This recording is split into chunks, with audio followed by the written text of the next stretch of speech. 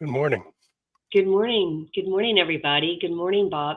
I'm always struck when I watch that intro, the number of years and the number of magazines that you have put together in your career.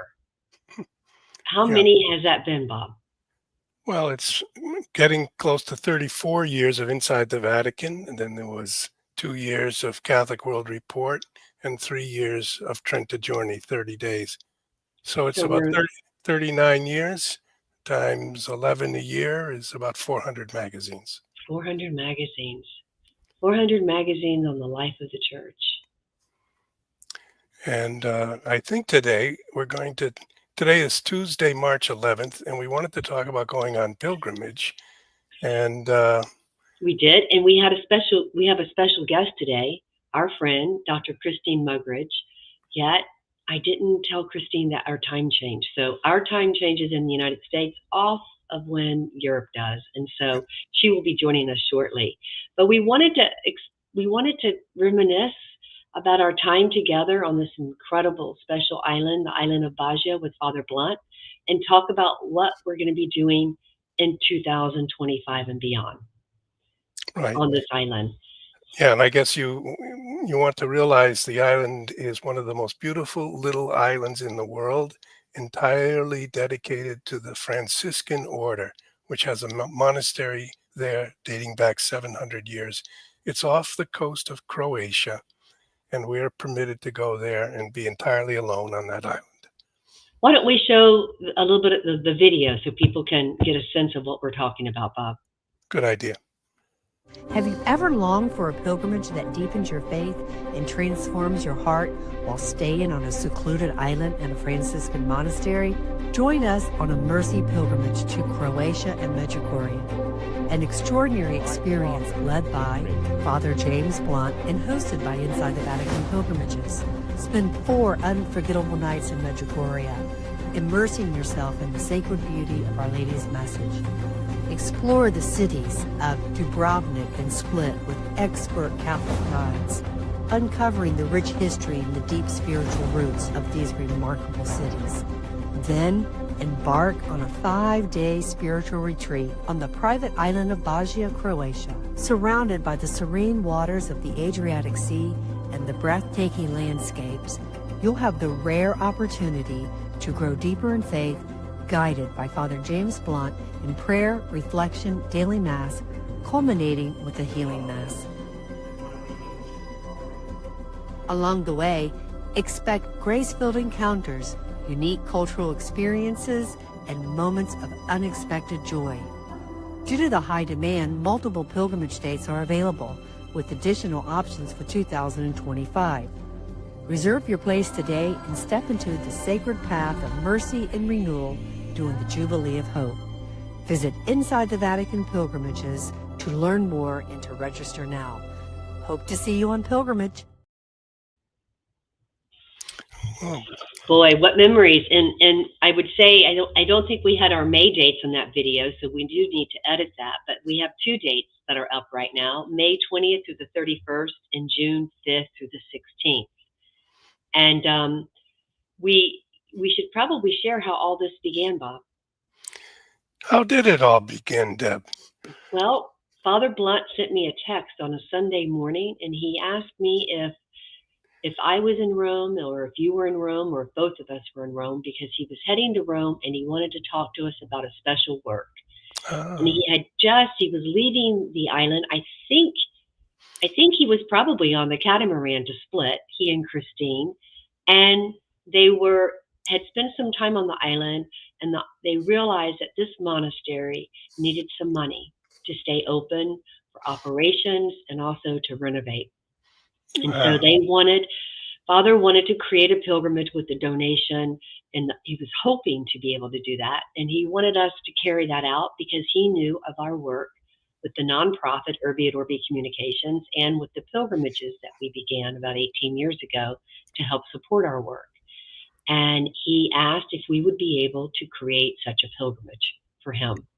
hmm, And so right. therefore we set out to do it. And we should probably bring people along the way. We know Christine Dr. Christine is going to be with us in a few minutes, but until then, Bob, why don't we share some pictures of our time together? Mm-hmm. I guess people should know that this monastery dates back 700 years, but it passed through the communist period, which began with the Russian Revolution and then led finally to Yugoslavia becoming communist, and Croatia, Serbia, and the other countries all combined into Yugoslavia, which means South Slavs. And this monastery was taken over by the government. The Franciscans were expelled. And it was only after the fall of the Soviet Union and of Yugoslavia and the division again into Serbia, Croatia, that this monastery returned to the Franciscans. But it was terribly damaged. So the idea was to create a group of supporters, of individuals from around the world who would be pilgrims to the island, would give a donation to support, and would become named as sponsors and patrons of this monastery.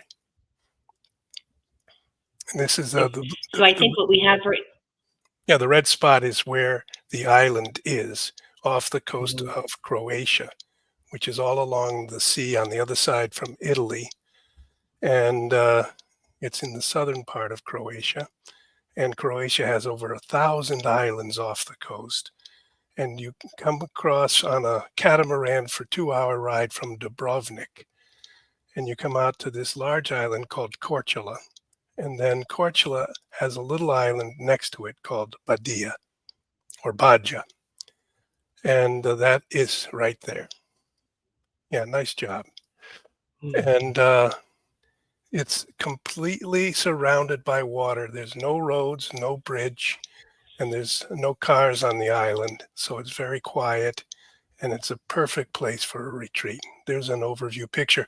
The large mountain behind is already the coast of Croatia. And this is Badia. I think that's actually a barrier island. That's if we go back to that's a barrier island. Really? Okay, I'm still learning. But that's the monastery. Right here. So back in the Middle Ages, the Franciscans built one of the most beautiful monasteries that they ever did build. And that's it. And you get there only by boat. You take a water taxi. And the water is crystal clear. People were going swimming every day. And so it's a place of spiritual and also physical health. And there's a series of pictures that Deb is scrolling through. Why don't you talk about what you're showing, Deb? That is Dubrovnik, the beautiful old town of Dubrovnik. That was my first visit there, and I believe it was your first visit there too, when we were together with the Father Blount and the pilgrims in September. We were there last fall, September of 2024. Yeah, and just at that time, the Vatican issued a special statement saying that there was nothing that was objectionable or heretical about the appearances in Medjugorje. And here's Christine, Deb. Well, let's bring Christine in. There she is. Hi, everybody. Hi, Christine. My apologies. I know with my work in Europe to always be mindful of letting people know when our time changes, if I'm here or there. And oh my goodness, no apology necessary. I'm sorry for not being with you sooner, and I'm glad I'm here now. Hi, how are you guys? So are we. We are fine. We were just reminiscing about how this all began, about the text message I got from Father Blount if Bob and I were in Rome, that he wanted to talk to us about a special work. Right. And I said to Bob, I think were just leaving the island or on the catamaran to split when he texted. In fact, we made a special trip last spring to see Father Jozo. Father Jozo was the first pastor of St. James when Our Lady's apparitions began. And the first 7 apparitions, as you both well know, are approved. And Father Jozo was the parish priest at that time, which is pretty amazing that he's living and is available. And we went to him for 4 days of private prayer, which is a miracle that we made it and it worked out. We just happened to be looking a little bit closer than normal at what was really happening on ground there with this beautiful monastic setting.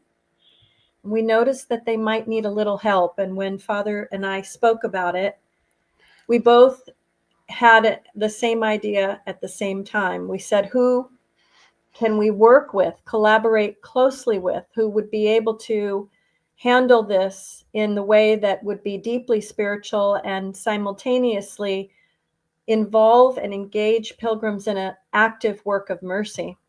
And we said, Bob and Deborah. And it was amazing that we were able to connect with you and work with you so quickly, so fast. You're both to be commended for your heroic tenacity in all of this. Because the truth is, this is a work of mercy above everything. And that's what Father wanted. He wanted it to be an expression of love and support in what I believe could even be a UNESCO heritage site. So thank you for letting me on with you today. Okay. Thank you, Christine. I have where is Christine? I've covered her up. I just wanted to read this quotation from Pope Benedict. There you go. Pope Benedict XVI stated, "To go on pilgrimage is not simply to visit a place, to admire its treasures of nature, art, or history. To go on pilgrimage really means to step out of ourselves in order to encounter God, where he has revealed himself, where his grace has shone with particular splendor and produced rich fruits of conversion and holiness among those who believe." Very beautiful quote, Bob. Thank you for citing that. Well, yeah, I felt this trip to Croatia, which was really my first trip to Croatia. I had never gone there before. And then we went up and visited Medjugorje, which is just a couple hours bus ride. So it's an entrance. We should also share, it was our first pilgrimage ever to Medjugorje. And the first full day on pilgrimage, which was not planned, was the Vatican press conference issuing the statement on approving the fruits of Medjugorje. And we were, I think we were given, of course, the Vatican press release that morning early that was embargoed. Yeah, I got it on my cell phone. It came over. Exactly. September 20th. I remember it well. September 20th. And let's reminisce about that morning. Where were we going that morning? That's when we went to go see the visionary. And we went delivered to see one of the first visionaries, right? Ivanka. That's right. And Bob delivered her the news because she didn't know what the Vatican was going to say. And he says, I have it on my phone. And so before she spoke to the pilgrims, we delivered her what the Vatican was going to be talking about, and in the moments where she was talking to our pilgrims. She was reminiscing about the first time she saw Our Lady while Pope Francis's envoy, Archbishop Aldo Cavali, was pronouncing the nihil obstat, official status of approval of the first 7 apparitions and the messages as a spirituality in and of themselves, which makes our work in pilgrimage that much more rich and wonderful. And also the spirituality of the phenomenon that is Medjugorje, which is people coming. Now you can have pilgrimages officially from diocese without any hesitation as a religious and a pastor and hierarchy. You know that your people are in good hands and are well encouraged to know the messages, to get to know the apparitions. And we were here when that all unfolded with the very person who was the first woman to see our Blessed Mother here in Medjugorje, the first person, in fact. You know, many people know about it, but could you go back to that first moment and explain what happened and how it all began? Oh, with great joy, Bob. I never get tired of thinking of it. In fact, I'm looking out a window here and I can see the very site So you're where in Medjugorje right now. I am, and I can see the site where this apparition appeared. There were two young women, Mirjana and Ivanka, and they were taking a walk, as teenagers will do at 17 and 16 years of age, approximately. And they were walking near an area called Between the Hills, which is Podburdo, meaning between the hills. And it's about a 20-minute walk from St. James Parish. And as they were walking, they were talking, as they admit, about high school issues and who's doing what and where and when. And suddenly Ivanka looked up towards the hill, and Mirjana said Ivanka had the most radiant face she had ever seen and was frozen in time, just gazing up. And Mirjana said, Ivanka, what are you looking at? But Ivanka didn't move, didn't speak, didn't turn her head. And so Mirjana looked at the gaze up, and she saw just probably about 500 yards, halfway up this, what we would call a nice size hill, some call it a mountain, a beautiful, young, radiant woman, far away, and yet so crystal clear. They could see her blue eyes, a flowing veil, almost gossamer-like, with a light gray tint to it, which, interestingly enough, is the color of the miraculous medal when she appeared there, as well as to the Jewish man who became a convert and became a priest in Rome. Yes. It's the color of the habit of St. Francis. Very interesting, these connections. And Our Lady was putting one hand pointing towards her heart, and the next she was opening, beckoning. And at one point, they both stopped and didn't say a word to each other. But they knew that this was not a normal person, that this was a woman somehow from heaven. And that was in June of 1981. June 24th. June 24th. Now, the reason that we talk about June 25th, Deb, which you're correct in saying, is June 24th is the day that the girls were taking this walk, and they saw this beautiful, well, they even referred to it as an apparition from heaven. When they saw her, it was the feast of St. John the Baptist, and they celebrate St. John the Baptist's feast day like we do Thanksgiving. The Catholic feast days here are nationally enjoyed, and they permeate all aspects of family and social life. And Our Lady did appear then, and then the next day the girls returned and she appeared again and identified herself. And Our Lady said she wanted the day of the 25th to commemorate her apparition because she did not want it to overshadow St. John the Baptist's feast day. And since that time, there have been apparitions every single day, which is what has puzzled some people. And yet, you know, if you have a friendship that develops with a dear friend or a member of the family, you can see that person every day your whole life.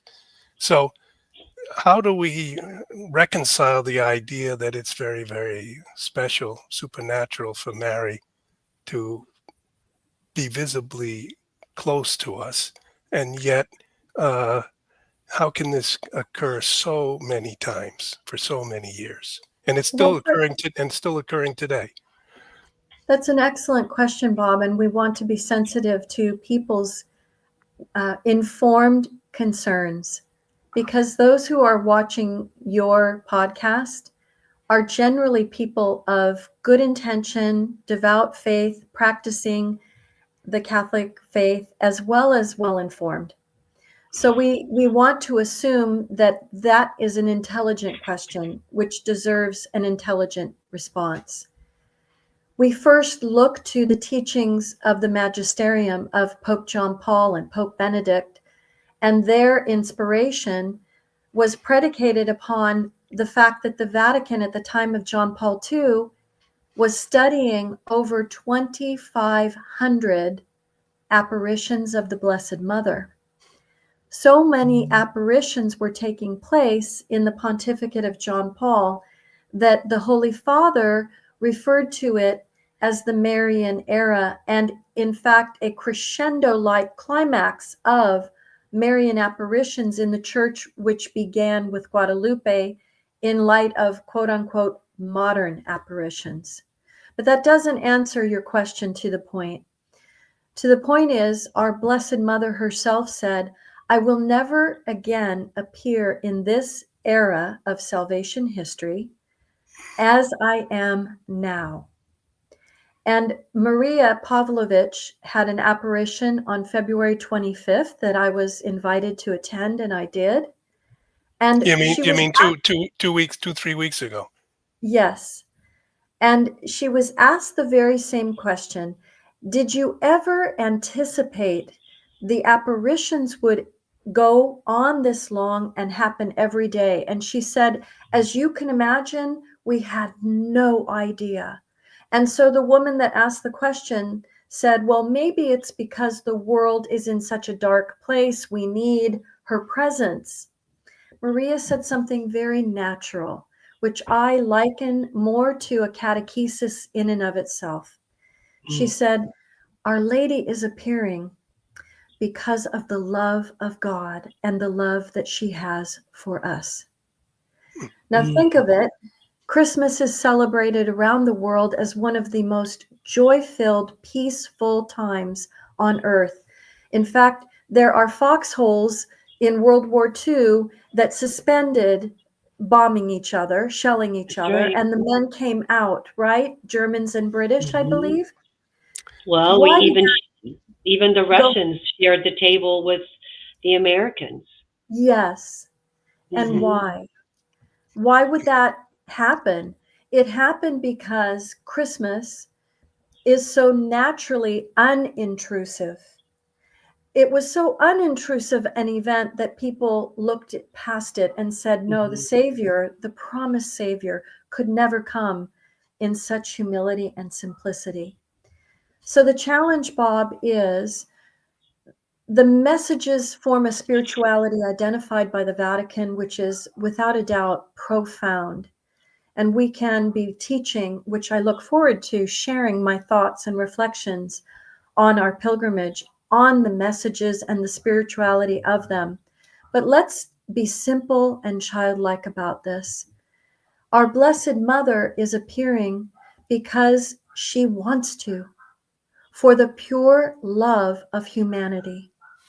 And we have a temptation to make it an academic event, make it a bureaucratic socio-political statement, make it almost anything but the simplicity of her presence being the key message. The medium is the message. In this case, the woman's presence is the driving force of the message. The presence is the message. I have so many questions, and I want to make very clear that I don't expect to be able to go into all of them. I wanted to ask about your own experience, because you are one of the really leading experts in the world on this phenomenon. You visited there and lived there for years at a time. Second, I wanted to ask, does it have anything to relation to Fatima? And then finally, at the message of Fatima, the conversion of Russia. Russia is a Slavic country, but it's Orthodox. Serbia is Orthodox and Slavic. Croatia is Slavic and Catholic. Maybe the Medjugorje message has something to do with this final message of the coming of a time of peace. Those are the two questions that came to my mind, among many others, to pose to you. And Bob, I wanted to tell you, just as you started talking, the group got larger. You have about 100 people listening right now live to us. Wonderful. God bless every one of you. And thank you for being with us. Christine, we even have somebody from São Paulo. Brazil. Yes. Brazil. Gonzalo joins us on most of our podcasts. He's a wonderful fellow. Hello, Gonzalo. Welcome. You know, Bob, there are experts like Dr. Mark Miravalli, Father Rene Laurentin, who formed my understanding of what's happening here. So if I have anything to respond, any insights to respond with, it's because of the wonderful, brilliant, and holy men of God and women of God who have gone before me and taken the apparitions seriously back in the 80s and 90s and studied it as any person who is a Mariologist. I use that term in reference to myself very loosely, but nonetheless, I was privileged to study with learned scholars and Mariologists. And you're right in pointing out that the Slavic nations, Croatia, Bosnia-Herzegovina, Slovenia, Slovakia, Czech Republic, and then into Central and Eastern Europe, are deeply connected in the sensibilities of what we would call the Russian people. And the connection to Fatima isn't my insight, it's Pope John Paul's insight. When John Paul, God bless him, had the assassination attempt perpetrated on him, we know that the day of that attempt was May 13th, the first day of the Fatima apparitions themselves. Now, we don't make these things up. God likes to put exclamation points upon key dates. And if they ever have anything to do with Our Lady, she's a spiritual economist. That is, everything she does is connected, interpersonally, socially, and historically. So the message unfolds over the centuries. And within the last century, she chose St. Pope John Paul to help define what the Marian era really means. And it simply is this: all that she was given in a mission by God our Father to do within the 20th century, concluding into the third millennium, is happening in the joint apparition bookmarks of Fatima and Medjugorje. And John Paul said that Medjugorje is the fulfillment of Fatima. So we look at all that she wanted to unfold and teach us there in Portugal, and we see it coming to pass now in the fulfillment we know as Medjugorje. And what she said here, Bob, was that this will be a model parish for the world. And in fact, you have non-Christians coming and converting to Christianity and Catholicism here. Religious dialogue going on in ways that are proving people will convert to Catholicism. So it is a parish meant for the entire church, universal, as a model, and it is a parish that is open to the world's peoples. And they are coming in great numbers because it is a place, in my experience, of tremendous peace and welcoming. Mm-hmm. Come as you are and stay and just learn to unwind from the inside out. Take a deep breath and feel the peace of Christ, because the peace of Christ is tangible here. Well, Christine, if you don't mind, Christine, have you seen a change in Medjugorje since the announcement from the Vatican? Are the people in Medjugorje, the people, the locals, expecting more pilgrims because the Vatican has given its quote unquote sanction? Deborah, you hit the nail on the head. It's like a beehive. It's humming. And there are people from all over the world coming earlier, pretty much from all corners of the world in large numbers again, to go into the 6 p.m. Mass. It will become 7 p.m. later here in a few weeks. But to go into the 6 p.m. Mass, you really need to begin at 5 when the rosary starts, a full hour before the Mass begins, because it's not only standing room only, it's literally no standing room. The church is packed, and it's so beautiful, both of you, to see young women dressed in habit of religious orders from all over the world, priests of all ages, and pilgrims of all ages. It's fantastic. I know the numbers are larger, and everyone is preparing to receive larger numbers than ever. Well, the Jubilee, we're in the Jubilee of Hope. And, Yes. some people are wanting to go to Rome, and we do have pilgrimages in Rome where we're staying inside the Vatican. I think Janet, Wonderful. who's watching right now, she joined us last Hi, September. She Janet. was with us, and she's coming with us to stay inside the Vatican doing the year Jubilee. But some people Beautiful. don't want to go to Rome. Some people want a more spiritual journey to encounter Christ, to be alone with the alone. And I say to people when they call into the office that come with us to Medjugorje, soak in the peace there, and then come with us on the island of Korčula. And that work of mercy that we're doing there, that you and Father Blount wanted us to partner with you on. And Father Bob was just sharing with me that Father Ivan has, been so grateful for the donations that we were able to give to the monastery to keep it going this winter. And I think we should talk a few minutes about that. And while we are, I'll show some photos of our time together on that island to let people get a better visual of if they would like to come with us. And Christine, one thing that we are doing different this time, and I am so thrilled, is that you're going to be giving some spiritual talks each day while we're on the island. So there'll be Christine, and we will have Christine, and we will have Father Blount each day while we're on the island for 5 full days. And Bob and I will be there. Of course, it will depend on our work in Rome, but we both, either one of us will be there at each time. And we're just so thrilled that you will be there with us, Christine, to help lead souls as well with Father Blount. The spirituality of this pilgrimage is very rich in historical significance because of the location, Medjugorje, as well as the island of Bađa, which has the Franciscan monastery dating back to the 1300s. This is Archbishop Aldo Cavali, the papal representative. He is the person that gives permission to release the message that Maria Pavlovich or any of the visionaries will receive. And he has a beautiful warmth about him, doesn't he? He's just approachable. And I was with him, in fact, with Maria Pavlovich at her apparition. And Archbishop Aldo looked at her like a son looking at a mother.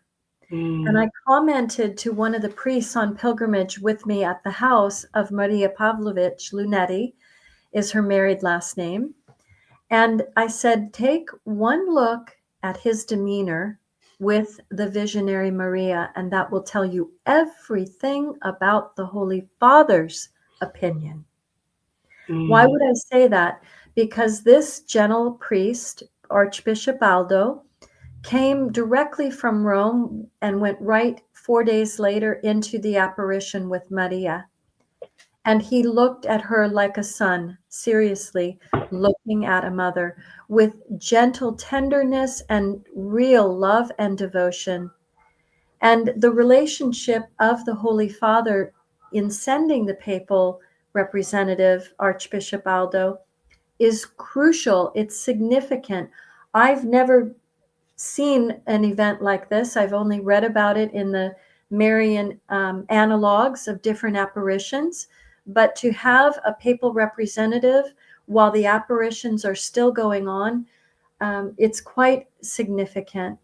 And yet he's very loving, very endearing. He comes to adoration. I'll be going to adoration tonight in the parish of the evening program. And he'll be there at the end of adoration. When Christ is reposed back into the tabernacle, Archbishop Aldo will give everyone a personal blessing.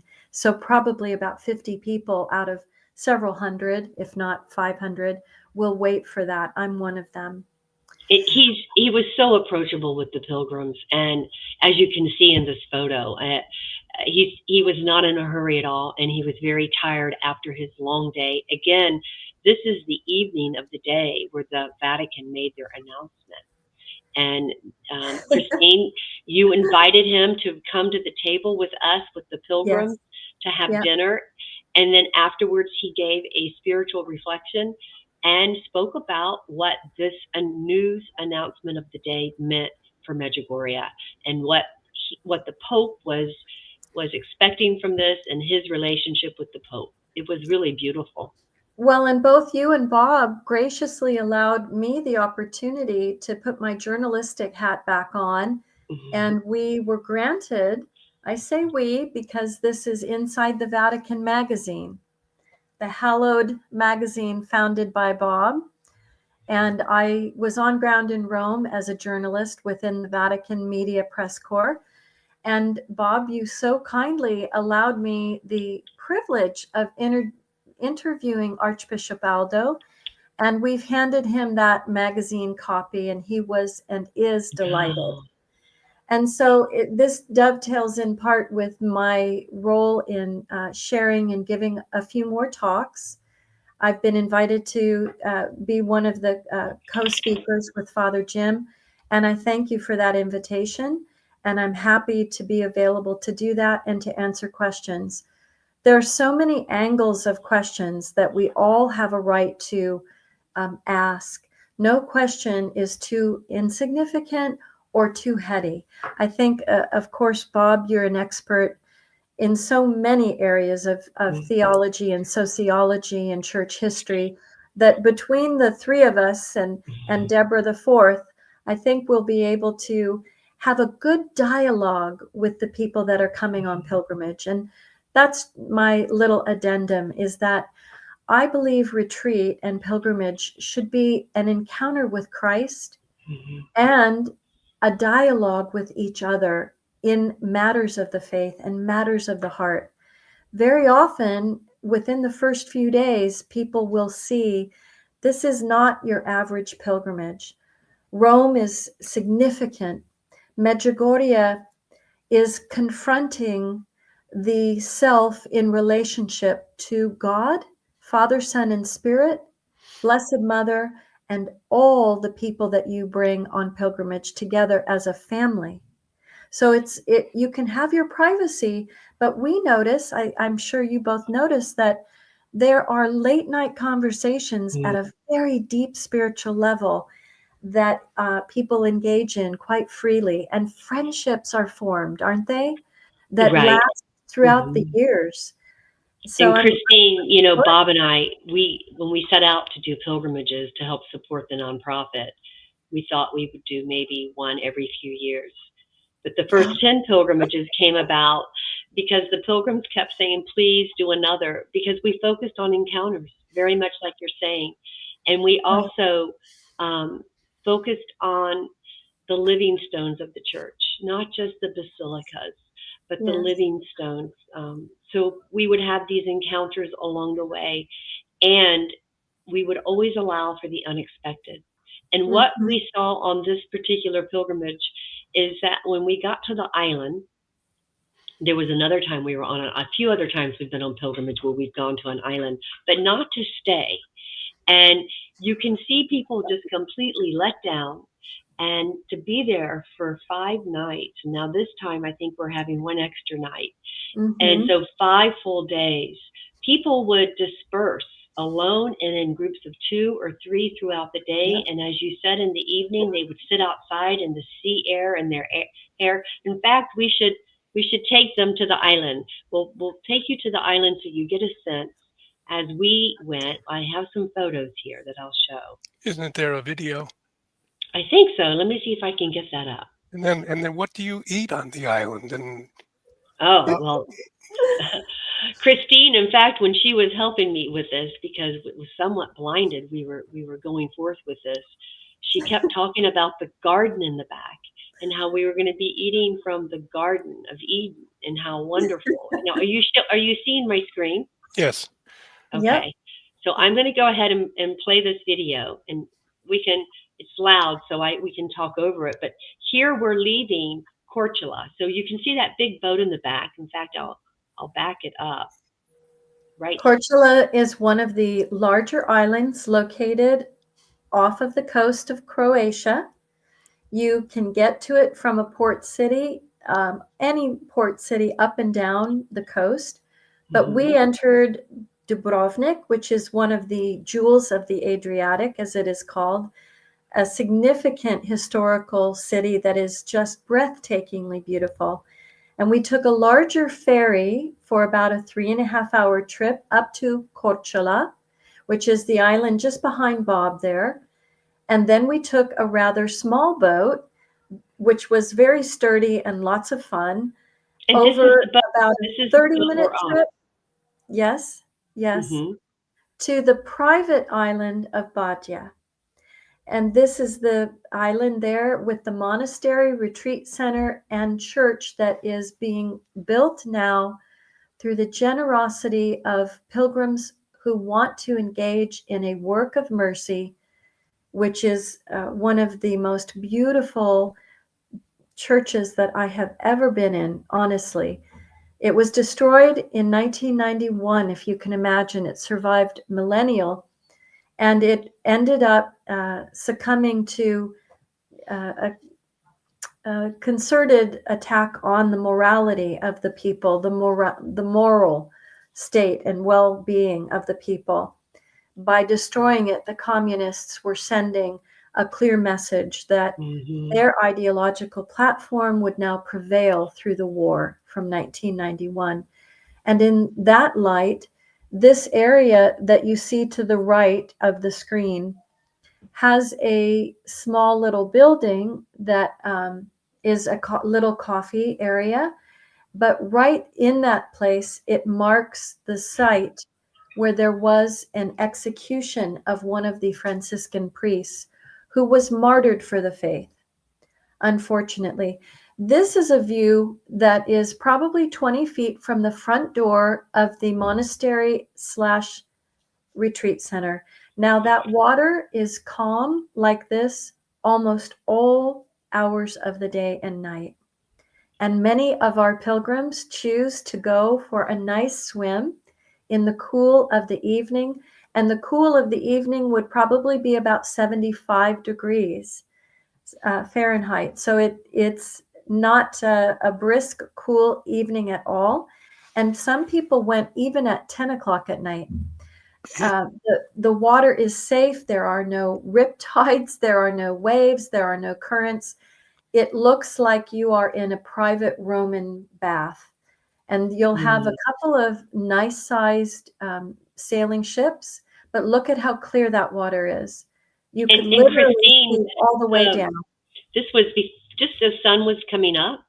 I think at 7 in the morning when you and myself and Robert and Father Blount were leaving the island, and we were heading to Greece. And it was the morning. I think we have some photos here of us leaving on the boat, going back to Korčula, the four of us, and there's the staff and Father, and the sun is coming up there. Beautiful. We were on our way quite early for a full day of travel. And the this is the water taxi that you too will take if you come to the island. And the water you may swim in. And at the island, there are a couple of people who live there, but the months are really only May to October, because during the winter months, the water becomes quite turbulent. So it's closed. But there's a couple of caretakers that stay through the winter. But who's the main figure on the island? Why? Deborah, why don't you announce who the main figure is? Well, Father Jozo, and it's my understanding, Christine, I'm going to have you refresh my memory here, but Father Jozo was the one who came in the 90s to start the renovations, which is where the pilgrims will stay. That's correct. And we have some photos here that I can show you of Father Jozo. And explain That's who the he is. walking path that people can take a walk that takes about 45 minutes of a nice brisk walk around the island to completely go around it. And there is one of our wonderful pilgrims, Dana. She Dana. is herself a world traveler, and she is leading a pilgrimage later in the fall. But here is Father Jozo with Dana receiving a certificate of acknowledgement that Inside the Vatican prepared for all the pilgrims who came on this wonderful work of mercy pilgrimage. And Father Jozo is in his mid 80s, and he is still guiding retreats very actively. The friar on the right is Father Ivan. He is one of the higher authorities in the Franciscan order in this region, and his responsibility, in part, is the management of the entire facility. So he has a lot of responsibility on his shoulders. And there's Father Jim with two of our wonderful pilgrims as well, holding their certificates, recognizing their hard work and donations on this first work of mercy pilgrimage. That's what I was going to say. Father was so grateful. He when you told him that we would be bringing pilgrims and we will help support the monastery so they can keep this very important monastery open, he said he didn't quite know what to believe. But as we have continued the donations through the winter, he's so grateful. And Bob, you might want to share some of the exchanges you've had with Father Ivan. Well, first, Janet is here, and very, very happy to see you. Pilgrims that go on this retreat will not even realize the graces they have received until weeks after they come home. So thank you, Janet, for those words. I must say, the spiritual unpacking of pilgrimaging that I always talk about. I mean, we do consider our entire lives in some way to be one pilgrimage from time toward eternity, from our childhood to our old age. And this is the chapel that is the all church. The church that's being rebuilt and reconstructed. They used to have frescoes, and it needs entirely to be renewed. And that's Father Jozo and Father Blount and Father Cesar. And we're working closely with all three of them. And if you're on this pilgrimage, you'll become part of our work together with us. And this is part of the mercy work. As we said earlier, part of the monastery has been remodeled, and there's even air conditioning in the rooms. And the rooms are quite beautiful, much more than I ever expected. And Christine kept telling me the rooms are wonderful, and they really are. And there is a chapel, and the chapel has been remodeled and is in use, and that's mainly what we use. But sometimes we come into this big church, and Christine said, you will see bats in here. Bats live in here, and they do. I don't know if I caught them on video, but as you can see, this church does need to be completely renovated. And Father Ivan said that this is going to be the main focus now because he thinks it's the center of this monastery, which needs to have the attention that it deserves. People still come for Sunday Mass from the area, other islands here. And can you imagine open windows that had been probably the rose round stained glass windows of the period of the 13th century gone, and the wind blowing through and bats flying overhead? But they're still there. That is their church that they go to every Sunday. And here's our group. I interrupted you, Bob, please. Well, I did want you to say personally, how did you become drawn to Medjugorje, and what has it meant for your life? And anything about your own spiritual pilgrimage? Well, thank you for asking. I became aware of Medjugorje back in 1985, actually. And I was interested because I knew that there were young people my age having this experience. And I thought about it. I was working in Los Angeles at a film industry agency called Creative Artists Agency, CAA. And it was a thrilling kind of lifestyle, very high pressure, high profile work with A-list film people of all backgrounds, as well as music and literary department, which was my field. But I had an experience where I thought in prayer, would I have gone if I was alive at the time of Fatima? Would I have gone to Fatima? And I thought, I would have wanted to. So what is it that's keeping me from going now? And I realized I had some prejudice about the embarrassment that it would cause, because I mentioned it to a few people in my home diocese when I would go to visit. I was working in Los Angeles, but I was from Santa Rosa, California, the Diocese of Santa Rosa. And I noticed that even the mention of the name brought kind of a puzzled look on people's faces, and I was somewhat cowardly. But it was at that time that a very dear friend of mine, Bob, who I had gone to college with, she ended up developing a life-threatening end-stage cancer, and she passed away within 6 weeks of the diagnosis. And I was with her every day during that 6-week period. She moved from New York to Los Angeles, as she said, to die with me. And I realized in those moments where life becomes super real, how far away from God and my own frail existence I had become. I had this idea that my life would go on forever and that the meaning of life was accomplishing worldly goals. Not a bad thing. But if that supplants ultimately our eternal destiny and making the pathway of holiness a priority, then your priorities are kind of messed up.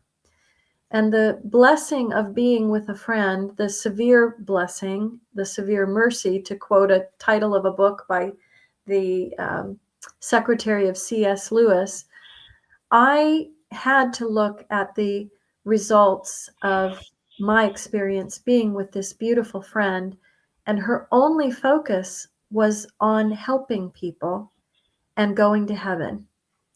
She had been in charge of severely disabled young adults and helping them.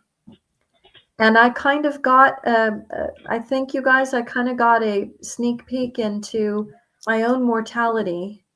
At 25, I never thought about it, but here I was thinking about it again and aware of Medjugorje and very aware that I needed to get real with God. So I investigated it more, and the first trip I took was in 1988 in the spring. In fact, I arrived on the Feast of Divine Mercy, and I'll be here for the Feast of Divine Mercy again. So you're staying through Easter. Well, I like to tell people very simply, I bought a one-way ticket. And I'm actually living in Medjugorje now. This was something that I'd been praying about last year, and I made the decision in November. I felt very strongly our Blessed Mother inviting me. She lets people know that she is inviting everyone in the world, and don't be worried about how you get here. She's invited you, and people's stories when they say yes to coming, many of them are quite miraculous. So say yes in your heart if you have the inclination. And that's what's happened to me all over again. I lived here in 1991, worked with Father Slavko as one of the young adult volunteers at the parish of St. James.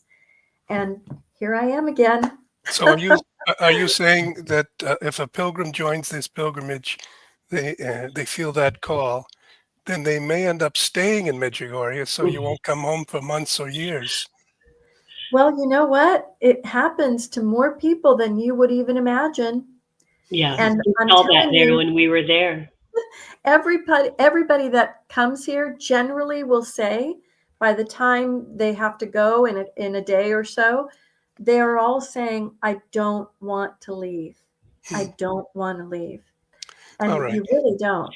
when And you're they there. say it also on the island. Yes. Um, Yes. I have a request on a historical incident, but I wanted to say the Croatian people are extraordinary, and these children who are now adults, who have been visionaries, you know personally. I think you will see this evening. Who will you see again?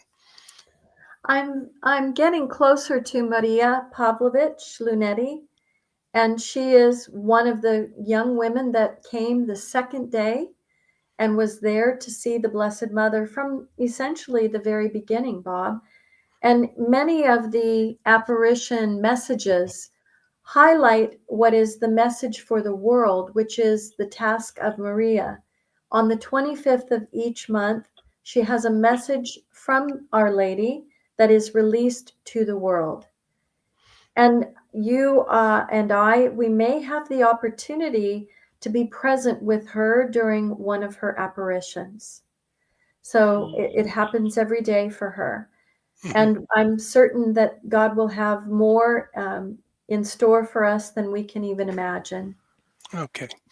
And then on I have a request here from one viewer, Stana Yes. Bandor. I don't know Stana Bandor, but I appreciate you being here, of course. He says the massacre of Daxa Island. Please, a few words if you can. So that occurred on the 24th and 25th of October in 1944. We're talking about just a few months before the end of the Second World War. And as the war was nearing its end, partisan movements sprang up in Italy and in Croatia and in Serbia as governments were crumbling. The Daxa massacre, also called the Daxa executions, refers to the war crime of summary execution of 53 men accused of collaboration by Yugoslav partisans on 24th, 25th October 1944 during World War II on the Croatian island of Daxa near Dubrovnik. So After we the have on the screen, Bob, a map uh, Yes. where I put up. You can see Daxa Island in relation to Korčula and Baja.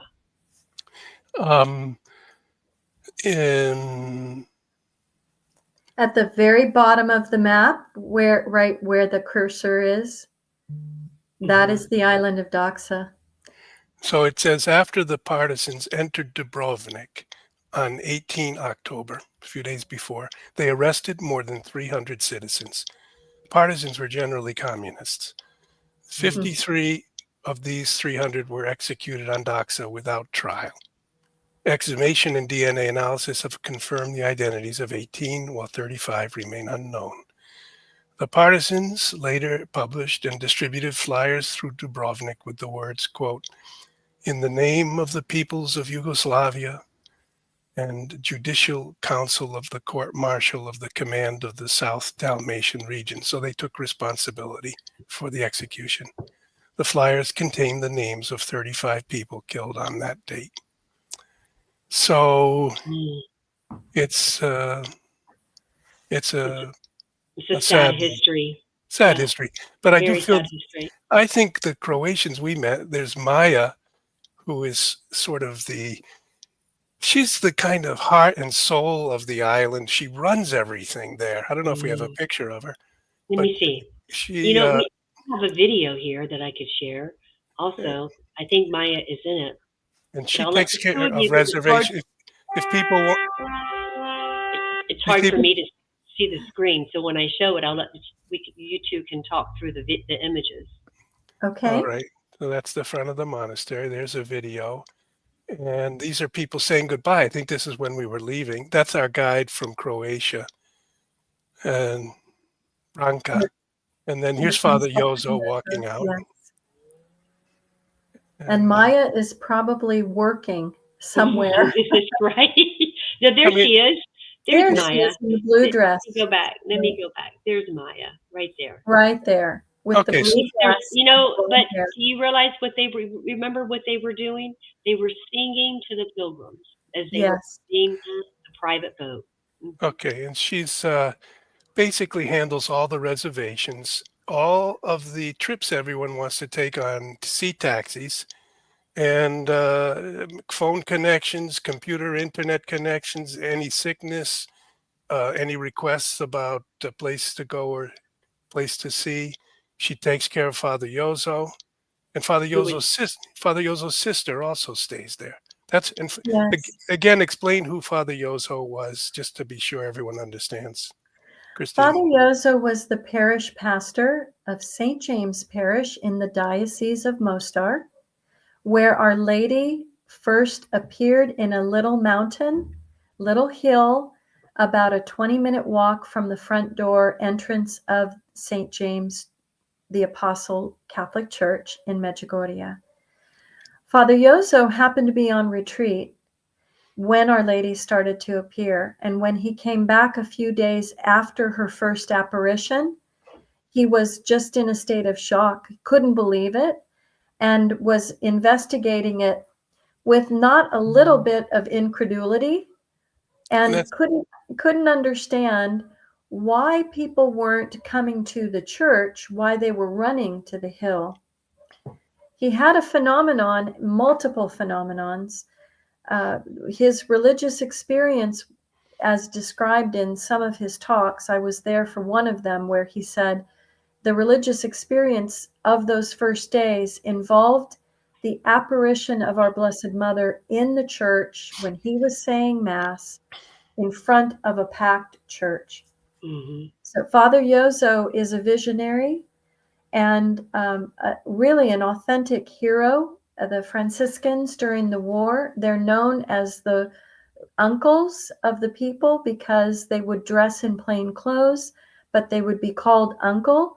They would celebrate Mass in clandestine, and they never ran. The motto of the Franciscans is "We don't run" during war, and so they truly are spiritual fathers, uncles, and brothers to the people here for centuries of conflict and persecution against the Catholics. Mm-hmm. Okay, there's a picture of the path around the island. It's almost exactly a 5K, which is 3.1 miles, which takes about walking 50 minutes and running, 35 minutes, 30 minutes. It's a beautiful, easy path. I remember Yes, it Christine is.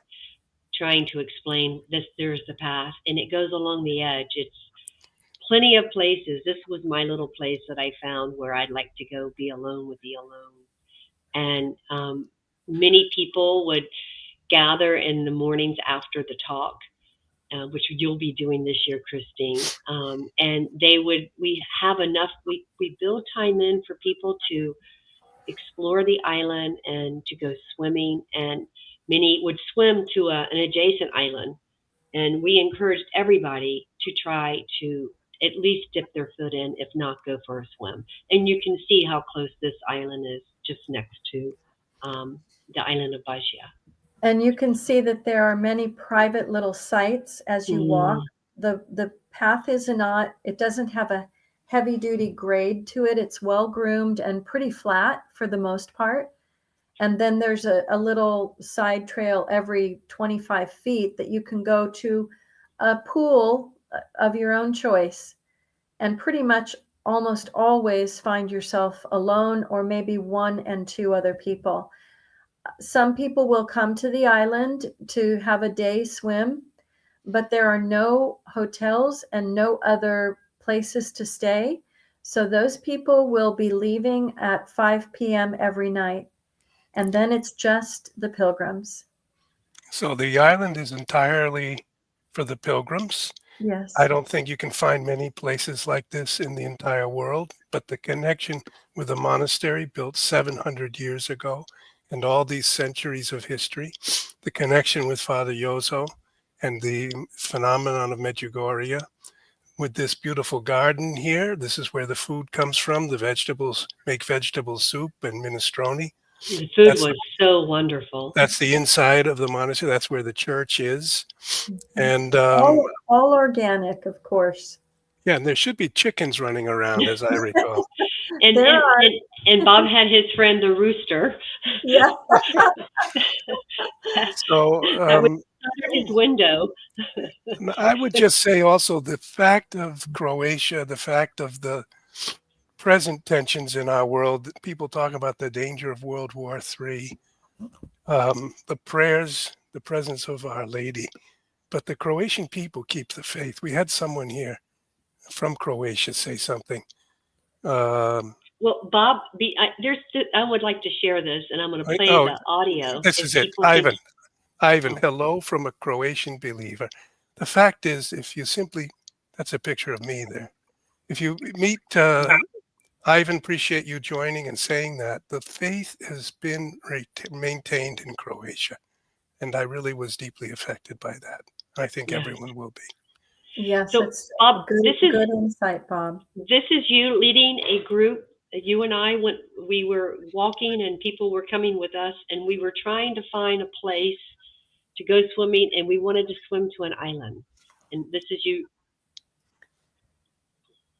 Uh-oh. Oh, yeah. Bob, did you discover that little swimming hole right there? Yeah. That's amazing. It's got my name now, Bob's swimming. But Antonia asked, is this a Franciscan monastery? Yes, it is. Franciscan OFM, Order of Friars Minor. You know. What I love about this location as well, that's actually Father Jim holding the robe of Padre Pio, which he brings. Okay, that's incredible. That's the other thing. Probably, I don't know, we should call it the cherry on top, maybe. But you, Father, for some reason, which I was told, but I forget now, Father Blount received the robe that was worn by Padre Pio, Saint Padre Pio. There were two. I asked him about it when we were in the airport in Athens. There were two. One to the east and one went to the west. And when he carries it with him and he places the robe, and Christine, you help, you're his top assistant, and he will place the robe of Padre Pio on people and pray over them. And there's the robe there again. And I think that is a picture of Father Tomislav Jelic, who is the director of religious and priests, as well as the director of the Charismatic Renewal for all of the Diocese of Mostar. That's you, Christine. And here we are back at the island leaving. Are we leaving now? We're leaving the island, and I think that we probably should say goodbye to everybody. See if there's any questions that anybody has. We would love for people to join us if they can. It's a remarkable setting, but more importantly, we have worked hard to create a daily schedule where we are focusing really on Christ for the renewal. And I think that's an alarm for somebody. Every time a bell rings, an angel gets its wings. You know what I wanted to make a point of saying as well, that Father Blount has been traveling again. His ministry is accepting additional invitations, and Father couldn't join us today, but we do hope that he'll be with us in these live stream podcasts. He loves people so dearly, and his thought is always into making people into saints. So I know that if and when he can join us, he certainly will.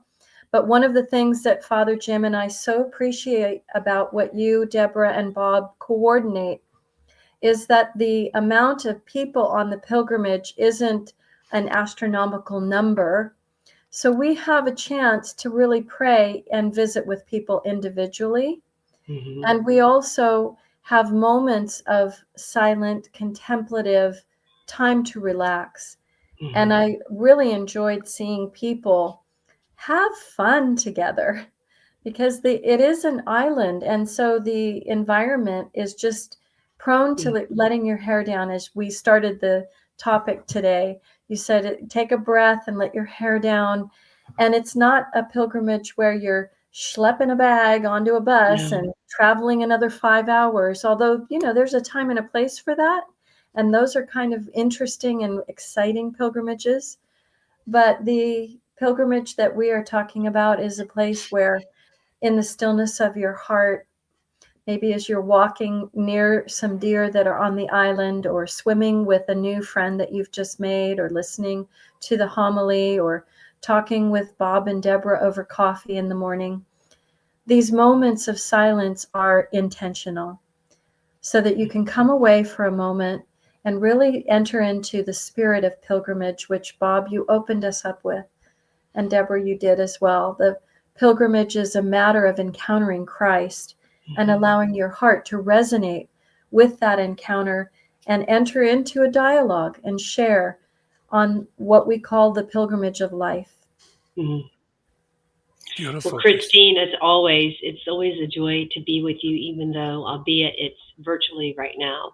But your words always warm my heart, and I just look forward to when we can be yet together again, sharing a cafe and being together. And we welcome everybody to consider joining us. And we thank all those who have joined us now. There are some who are on this platform for the first time. We've gone live for the first time on both of our YouTube platforms, which is Urbi et Orbi Communications and now Inside the Vatican Pilgrimages. So if you are not subscribed to either one of those, we would greatly appreciate you subscribing. And if you are new to Inside the Vatican Pilgrimages and you are here from Urbi et Orbi Communications, I encourage you to look at some of the videos that we have. We have a lot of virtual pilgrimages, and we have an Instagram account that's kind of gone viral. Nothing that we did other than have people put up posts for us, and we now are, I think, at 120,000. But Deb, when we're out on, well, wait 1 second, Bob. When we're out on pilgrimage, I'm always saying, Bob, take us somewhere. Let's go. Let's bring the people there. And I make these short videos, and we have geniuses behind the camera who take my photos and make these reels. And so you'll learn a lot. They are beautiful. We take you to places. And so I'm always trying to bring those who cannot go on pilgrimage to at least learn a little bit with us, and to be a little bit, and to have something to contemplate. So I encourage you to go out and see those videos, whether on YouTube or Instagram, on the Inside the Vatican Pilgrimage account. And well, Christine, can I just say before you go, that little video you did of me in St. John Lateran Cathedral Basilica in Rome. Yes. And I'm pointing up at the doors, and I say, these enormous doors were once on the Roman Senate. And they're about 40 feet tall. And somehow somebody started to discuss those doors as creations of giants, the time when there were giants in the earth. And there were people starting to go viral talking about whether or not there were ever giants in the earth. Hundreds and thousands of people. So I think that reel got over 1 million views. I think we're at 3 million. We're at 3 million on YouTube. I don't know what we are. We're more than 3 million on YouTube. So I've seen that video, and I'm like, wow, Bob, you're up there with JP2 and the Rolling Stones, somewhere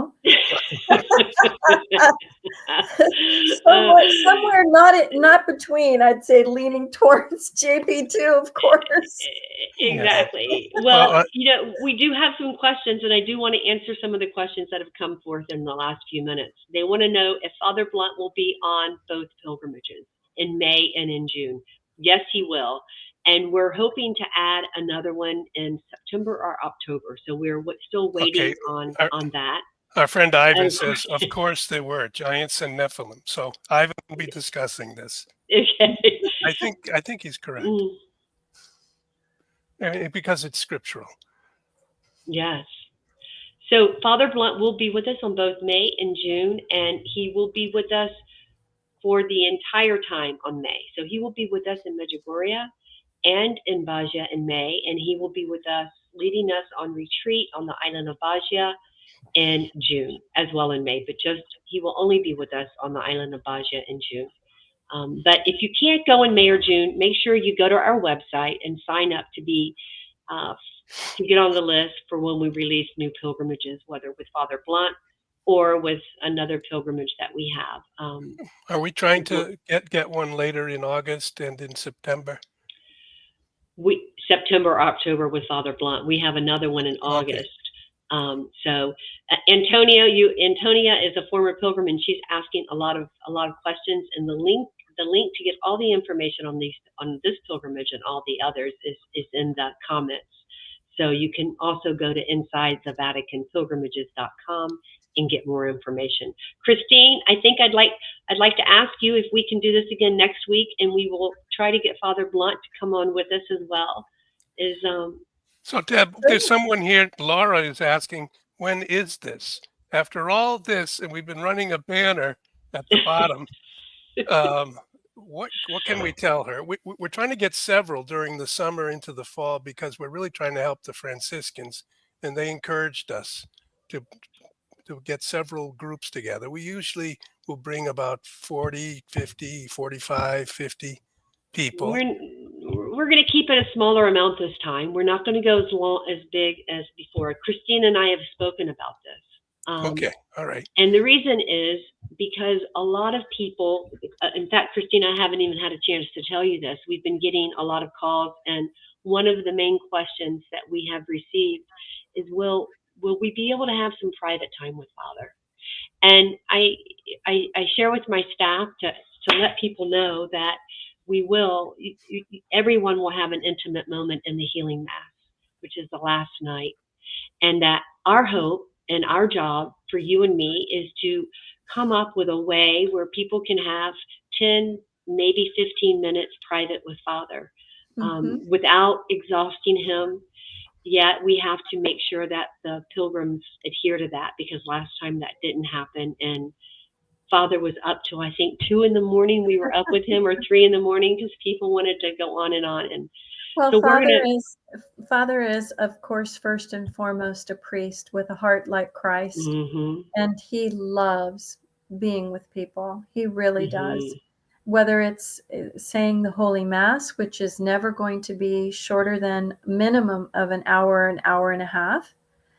Father wanted to make these pilgrimage groups a size that would allow him to have private prayer with people, or possibly with he and I praying at the same time over people. I myself will be available for what I call intercessory prayer and spiritual direction. And what I've discovered usually is that I've known Father since 1999. We are members of the same religious society of Apostolic and Consecrated Life, Society of Our Lady of the Most Holy Trinity. And I'm happy to assist him and you, Deb, in coordinating opportunities for people to have maybe 10 or 15 minutes with him alone. And believe me, those 10 or 15 minutes can change your life. You don't necessarily need to have an hour with him. Miracles happen within the few minutes that God allows, and life-changing is an understatement. Well, just describe what that could possibly be. Is there some healing spiritually or even physically? Are there miracles? Do people have old wounds that they're carrying for decades that suddenly are healed? Bob, yes. Yes to all of the above. The healing ministry that Father has follows in the footsteps of his cousin, Father Robert de Grandis. Father Robert de Grandis is one of the greatest preachers and gifted healing priests from the charismatic renewal in the last century. And before Father Bob, as he was referred to lovingly, before Father Bob passed away, he said to Father Jim, I will bequeath you my ministry. The mantle of my healing ministry will fall on to you. And boy, has it ever. Father Jim, I've been with him, and I've seen first time people be with him and have immediate relief on spiritual, physical, emotional, psychological, interpersonal, family relationships. It's just very beautiful how the Lord and our Blessed Mother, the Father and the Spirit, and the communion of saints move with and through Father's preaching and healing ministry, quite unlike anything I've ever seen in the 35 years that I've been engaged in healing ministry. And I used to say to people that I feel like John the Baptist.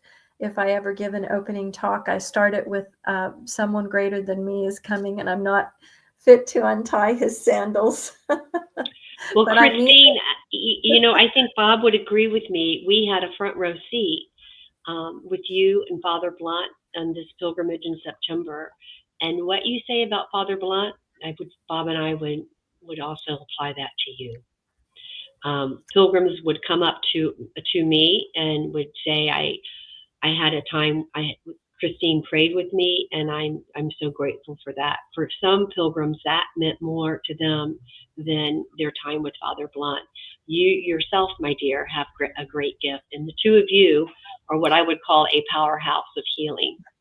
And that healing mass was quite special for myself as well. And there is nothing on earth like the Mass and the presence of Christ in the Eucharist, and there is nothing like the priesthood, and Father is in persona Christi.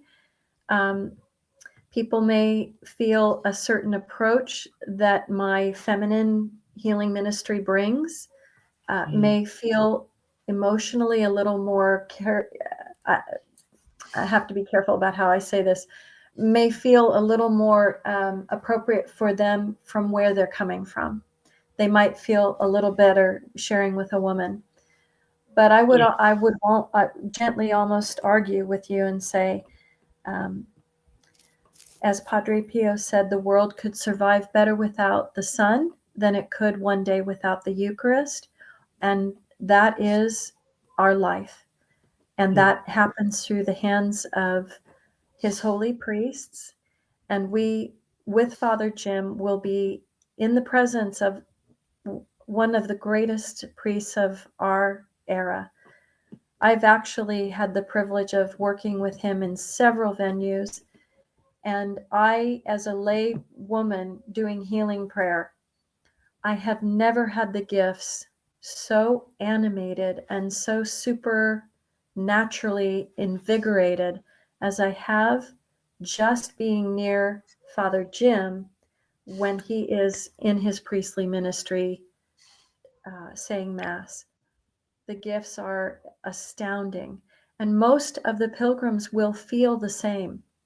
Their own gifts, the presence of the Holy Spirit, their gift of interceding for one another, they will find answered prayers. And I will be bullish about it and say that it's through the grace of our holy brother priest, Father Jim.